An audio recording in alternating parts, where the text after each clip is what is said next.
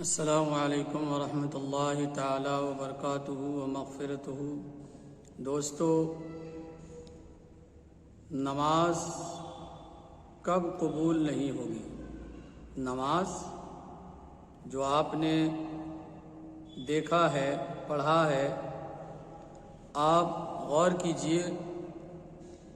میں اللہ تبارک و تعالی کی بارگاہ میں دعا کرتا ہوں کہ آپ حضرات نیک اعمال کریں، اچھے کام کریں۔ انشاءاللہ اللہ تبارک و تعالی آپ کی نیک اعمال کی وجہ سے آپ کے گھروں میں رحمت و نور کی بارشیں برسائے۔ معزز سامعین، میں آپ سے گزارش کروں گا، اللہ تبارک و تعالی اس وقت نماز قبول نہیں فرمائے گا۔ کب؟ حضرت سیدنا بن مسعود رضی اللہ تعالیٰ عنہ سے روایت ہے کہ سرکار عالی مقام، سرکار مدینہ، راحت قلب و سینہ، فیض گنجینہ، معطر پسینہ صلی اللہ تعالیٰ علیہ وسلم نے ارشاد فرمایا، قرب قیامت کی علامت ہے کہ 50 لوگ نماز پڑھیں گے مگر ان میں سے کسی کی بھی نماز قبول نہیں ہوگی۔ کب؟ قرب قیامت۔ شرح حدیث حضرت علامہ مولانا محمد بن عبد الرسول برزنجی رحمۃ اللہ تعالی علیہ اس حدیث پاک کے تحت فرماتے ہیں، اس کا معنی یہ ہے کہ وہ نماز کے شرائط و ارکان کا لحاظ نہیں رکھیں گے جس کے سبب ان کی نماز صحیح نہ ہوگی اور اس وجہ سے ان کی نماز بھی قابل قبول نہیں ہوگی۔ حضرت علامہ عبد الرؤف مناوی رحمۃ اللہ تعالی علیہ اس حدیث پاک کے تحت لکھتے ہیں کہ ان میں سے کسی کی نماز اس لیے قبول نہیں ہوگی کہ علم کی کمی ہوگی اور جہالت کا غلبہ ہو چکا ہوگا، یہاں تک کہ انہیں کوئی ایسا شخص نہیں ملے گا جو انہیں دین کے ستون نماز کے احکام سکھائے اور دینی احکام میں ان کی رہنمائی کرے اور ان کی عبادات درست کروائے۔ اور حقیقت یہ ہے کہ 50 کا عدد بندی کے حد بندی کے لیے نہیں بلکہ کثرت بیان کرنے کے لیے ہے، یعنی نماز پڑھنے والوں کی کثیر تعداد ایسی ہوگی جن کی نماز قبول نہیں ہوگی۔ سلطان باقرینہ،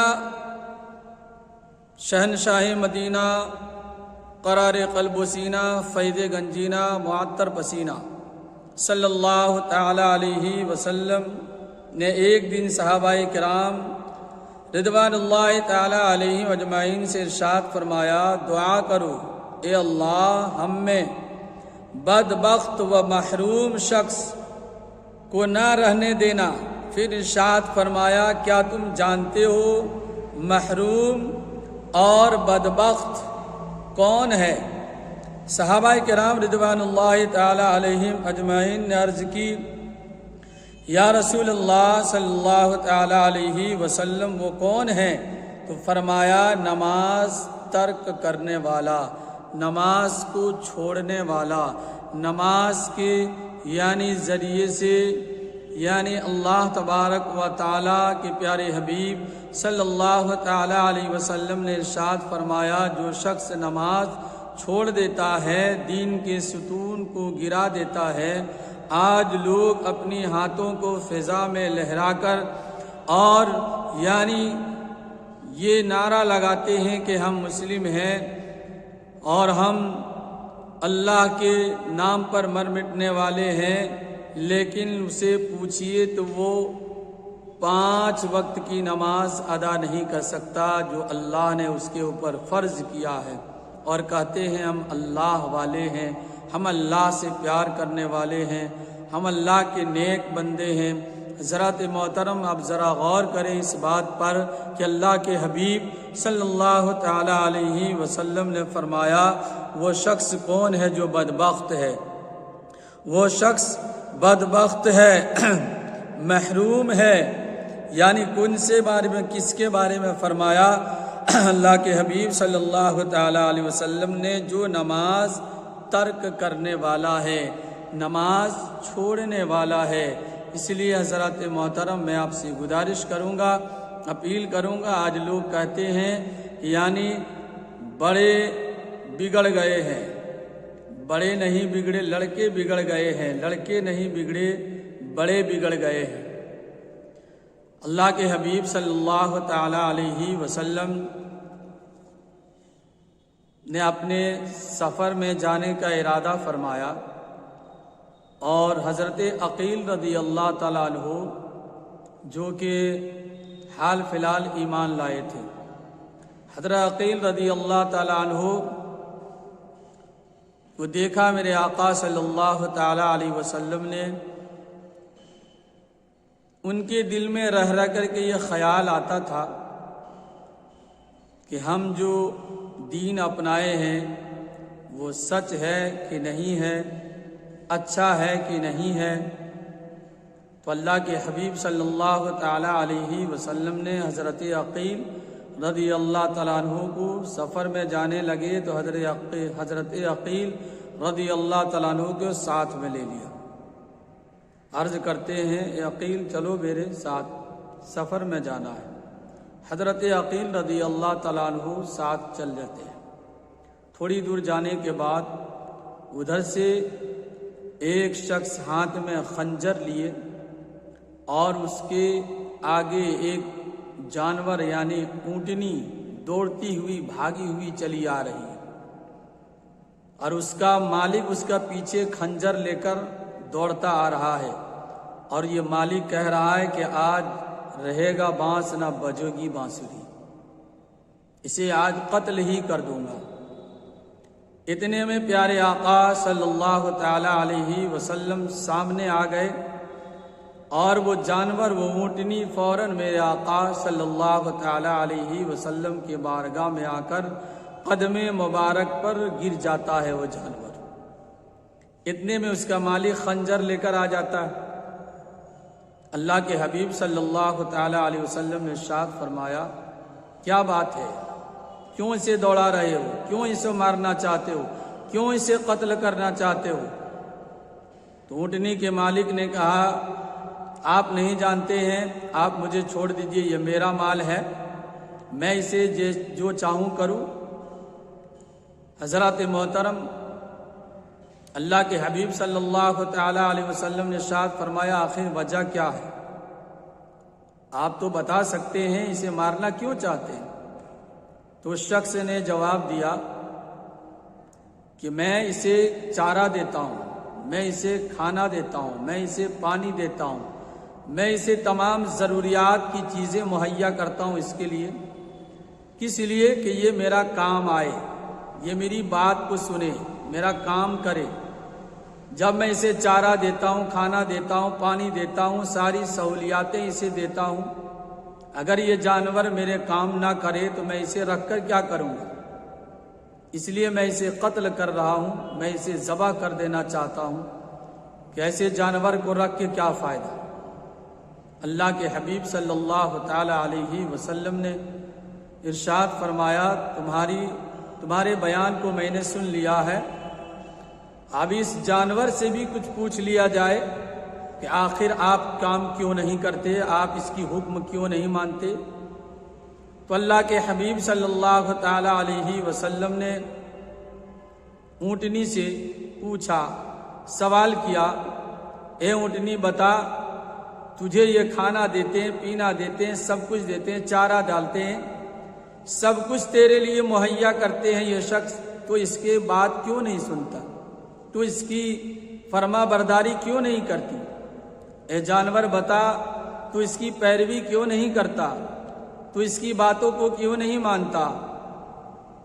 وہ اونٹنی بول پڑتی ہے، وہ جانور کہنے لگتا ہے یا رسول اللہ صلی اللہ تعالی علیہ وسلم میں پوچھنا چاہتی ہوں۔ وہ جانور کہنے لگا یا رسول اللہ صلی اللہ تعالی علیہ وسلم یہ مجھے کھانا دیتے ہیں، پانی دیتے ہیں، دانہ دیتے ہیں، چارہ دیتے ہیں، سب کچھ دیتے ہیں، اگر میں اس کا کام نہ کروں تو اس کا انجام یہ ہے کہ قتل کر دیا جائے، ذبح کر دیا جائے، مار دیا جائے، موت کے گھاٹ اتار دیا جائے۔ لیکن یا رسول اللہ صلی اللہ تعالی علیہ وسلم، جب کوئی چارہ دے، کوئی پانی دے، کوئی دانہ دے اور اسے کھلائے پلائے، اور اس مالک کا اگر ایک جانور بات نہ مانے تو اس جانور کو ذبح کر دیا جائے، قتل کر دیا جائے، اس کی سزا یہی ہے۔ لیکن یا رسول اللہ اس کی سزا کیا ہے؟ یہ تو میرا سزا ہے، میرا مالک یہ ہے، مجھے کھانا دیتے ہیں، پینا دیتے ہیں، سب کچھ دیتے ہیں۔ لیکن اللہ رب العزت ساری کائنات کے لوگوں کو، ساری کائنات کے جانوروں کو، تمام مخلوقات کو اللہ تعالی کھانا دیتا، پینا دیتا ہے، ساری زندگی عطا کرتا ہے، یعنی ساری چیزیں دیتا ہے۔